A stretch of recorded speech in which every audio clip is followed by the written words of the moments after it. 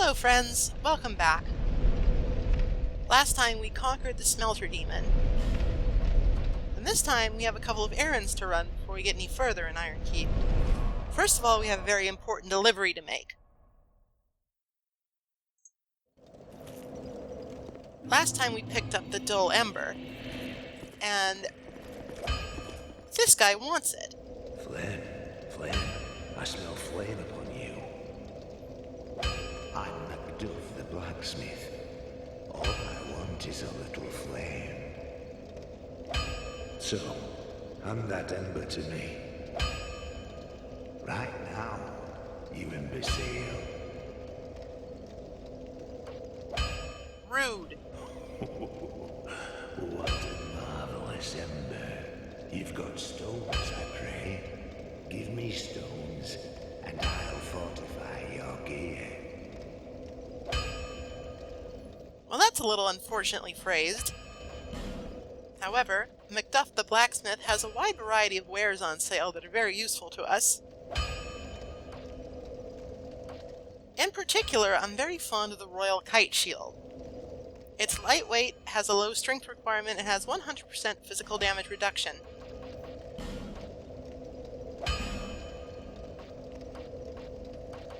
The other stuff he sells is pretty good too. For instance, unlimited iron arrows and unlimited heavy bolts.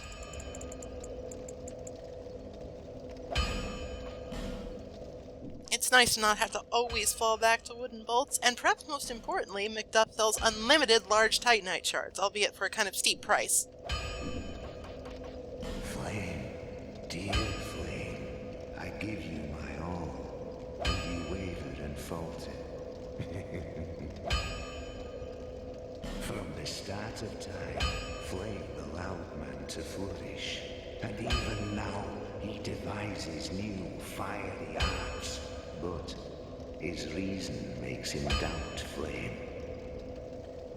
And so we waver and falter.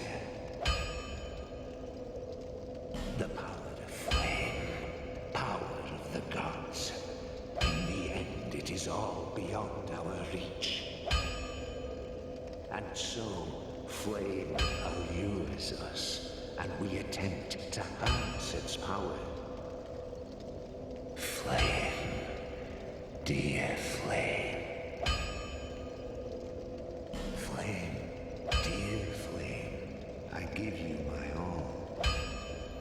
Macduff has a bit of a one-track mind. However, after giving him the dull ember, not only does he open up his services to us, he also offers a unique service: weapon infusement. By using this service and the appropriate elemental stone, you can infuse a weapon that otherwise has none with elemental damage, or a couple of other perks, such as poison and bleeding. However, at the moment we're pretty short on those kind of stones, so we're gonna have to come back here later to really take advantage of that.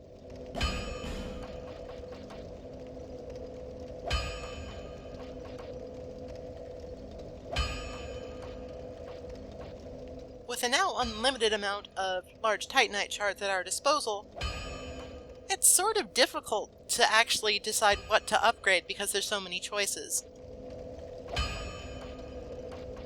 In the end, though, I think that we'll probably go with the silver black spear. It's a very versatile weapon. I briefly considered the Uchigatana, but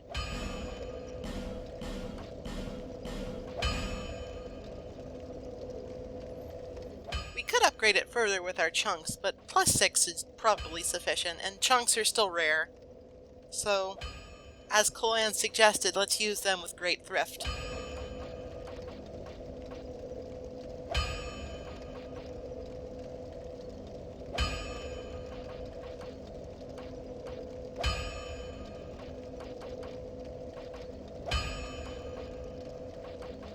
I have so many shards and so many weapons, I don't know what to do! This is the Dark Souls experience. I figure I'll upgrade this a little bit too. Just because it's such a rare weapon, I'm sort of tickled that I got one. That should probably do it. Flame. Dear flame.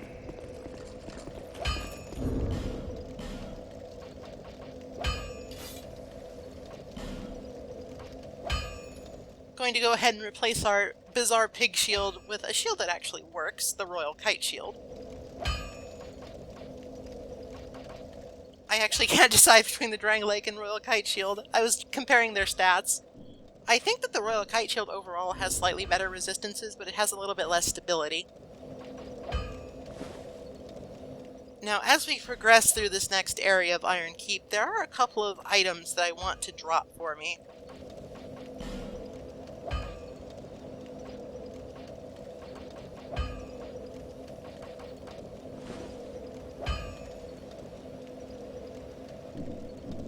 So I briefly considered putting on the Jester's hat, but I think that will be for later. We'll have her put on the tights, because they're sort of unobtrusive. And reduced falling damage is never a bad thing.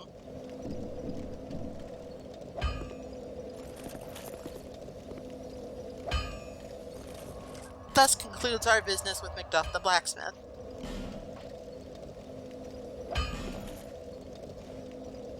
Returning to Ironarth Hall, where we left off, we can now continue on our journey through the keep.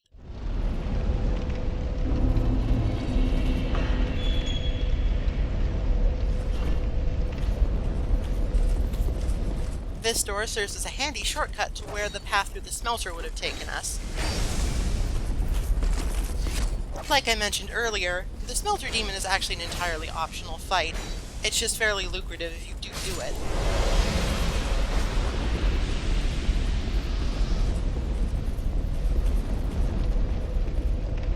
In fact, there is a sort of hidden bonus to fighting the smelter demon, if you can call it that.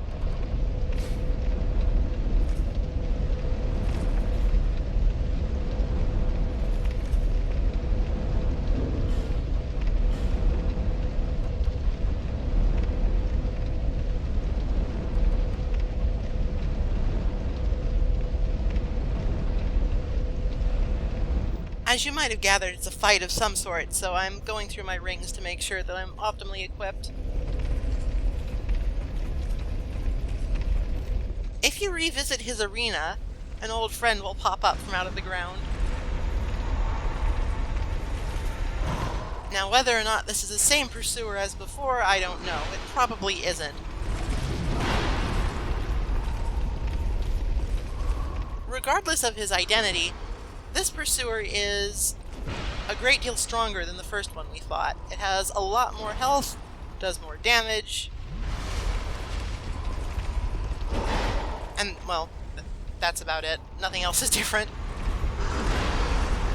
There is a certain possibility of getting some unwanted intervention from the Elan captain outside, but aside from that, the numbers are just bigger. What we can sort of demonstrate now that we are further in the game is that the pursuer is very weak to poison, much like the smelter demon was. So if we use spells like Toxic Mist, we can actually get a bunch of free damage on him, provided the poison sticks. He is significantly less impressed by spear stabs.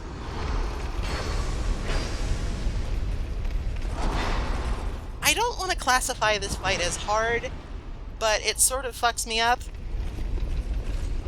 And it's really, really long.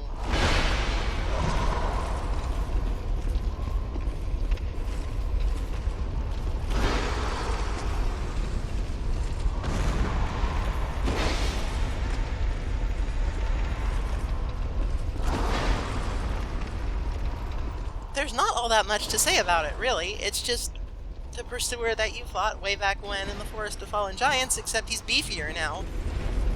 I guess the arena's a little smaller?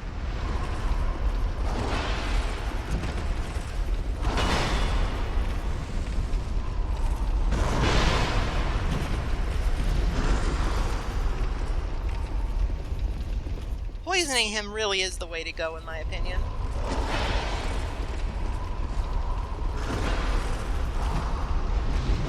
That is not the way to go. That was entirely predictable.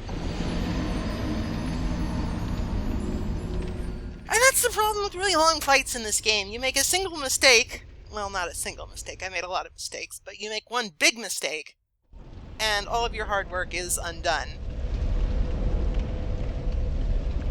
Ah, what a pain. I don't think there's ever been a playthrough of this game that I've had where I haven't died to this guy at least once.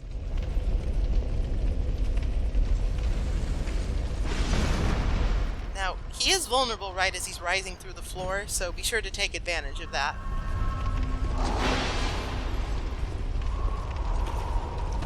It would be nice if enemies would display like a poison bar like players did.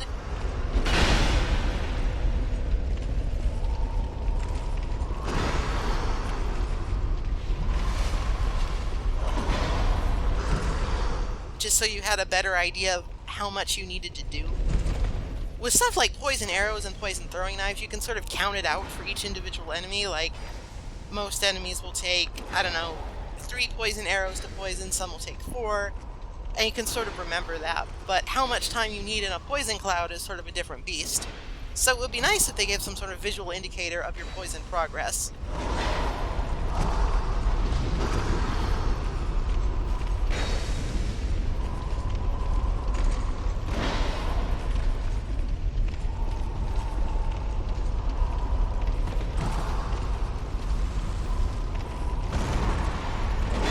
Now, poisoning this guy is a bit more difficult than poisoning the Smelter Demon was.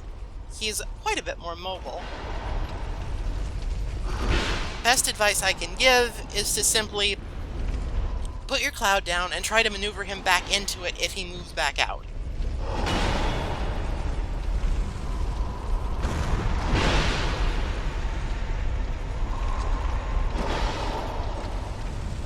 Finding a safe opportunity to actually use your poison cloud can be difficult, so if you have a bunch of them, poison arrows or throwing knives are probably the safer choice.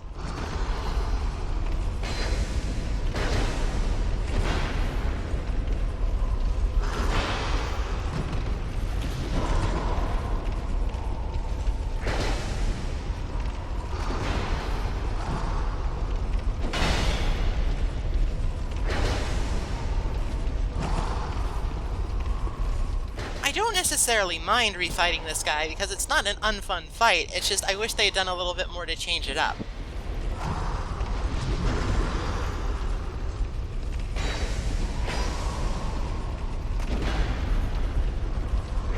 I think it sort of speaks to a lot of the things in Dark Souls 2 being intended to be quite a bit different than they turned out. I believe that a lot of the promotional material for this game sort of indicated that Pursuer was going to be a recurring boss fight that happened more than like twice, because that's like the most weak form of recurrence you can even think of. At any rate, our reward for beating him is a hefty chunk of souls and the Ring of Blades +1. I shouldn't really need to explain what that does. It is, however, a pretty good find, so I would recommend going back and fighting this guy if you beat the Smelter Demon. And if you haven't, I would recommend beating the Smelter Demon, because this bonfire is hella useful.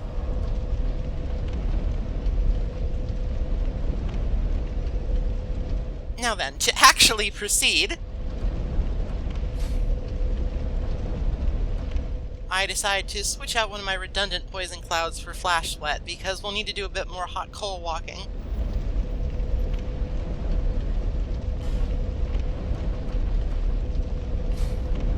Magic weapon will also help us a great deal here.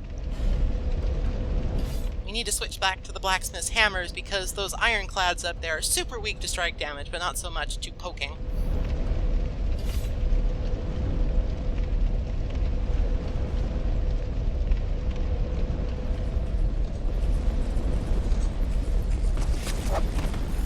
It's probably not necessary to kill this guy every time you come out here, but I prefer to cover my bases and make sure he doesn't follow me, because the next room is a bit perilous.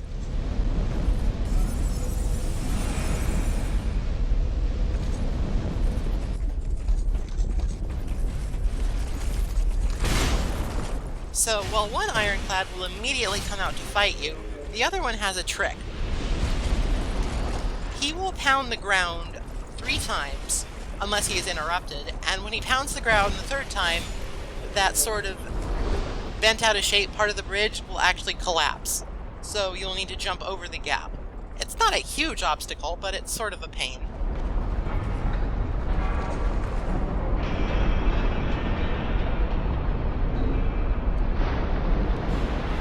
See you later!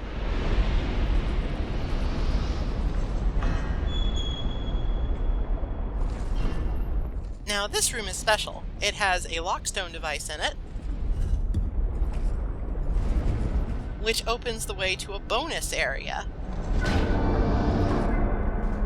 Up that ladder lies Belfry Soul, but I'm not quite ready to go there yet. So, instead of going up all the way, I'm going to take a slight detour to open this chest and continue on the main path.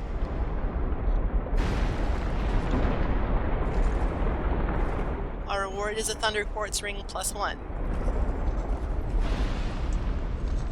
There aren't an awful lot of enemies in this game that use lightning damage as their primary forms of offense, but when you do find one, it's good to have that ring on hand.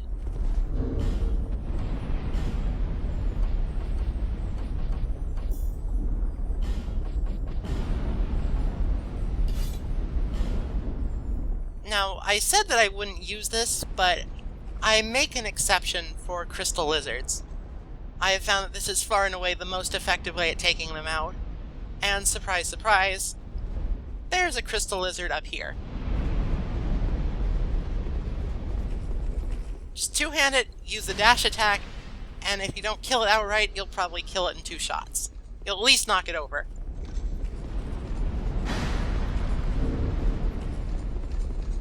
This area has more Great Blow using Elan Knights, so we're going to need to take cover before we switch back to our primary weapon set.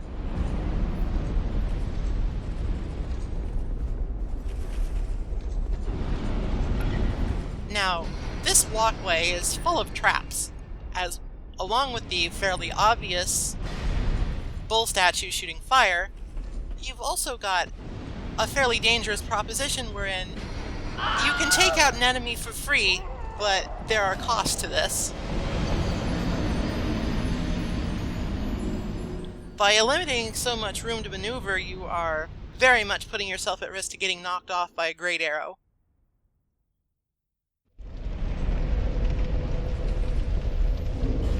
So unless you're in a tremendous hurry, I would probably recommend that you simply take out the knights the old-fashioned way.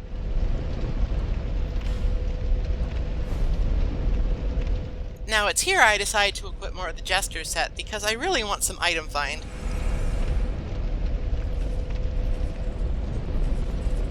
The captains especially drop some really nice stuff, so I figured that if I could get some of that just going through the area, that would save me time later. But regrettably, I did not have that kind of luck.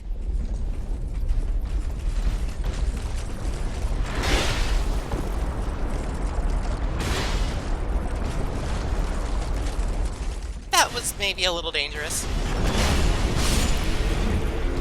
Fortunately, when you enchant a strike weapon with magic like this, the ironclads will go down very quickly. Now, because we spent a good part of that fight on the floor, the other ironclad had a chance to actually knock out the bridge, which makes the next room a little more complicated.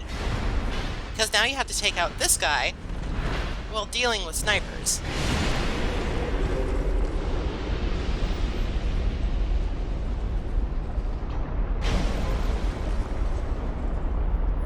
That means that we can't get a free kill on that bow wielder up there by dunking him in the lava.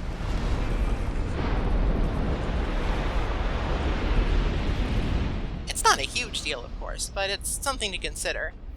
And sometimes they just sort of wander off of their own free will. Now down here is a set of traps. Do not step on these pressure plates if you can at all avoid it.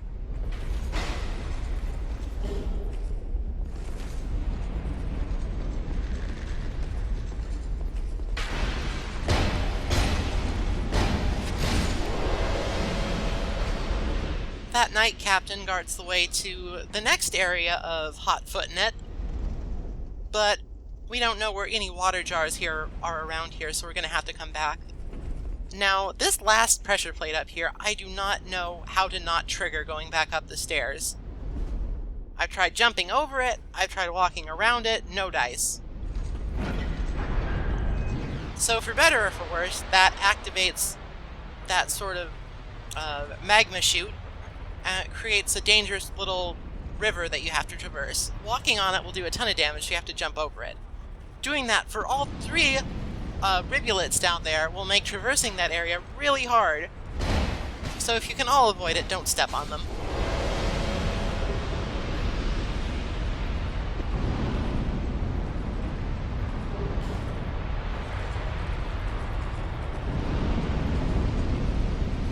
Now, like the last area, there are two ways to go here. There is a short, expedient way that will take us right to our destination. And there is a longer way that will not take us right there, but give us some nice stuff. So let's go explore.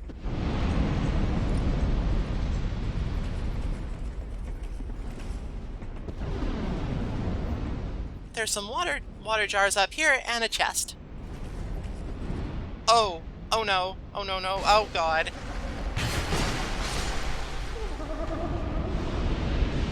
Mimics can hide in iron chests too, by the way. Just so you know. I think we'll have to take a break there. That was a little traumatic.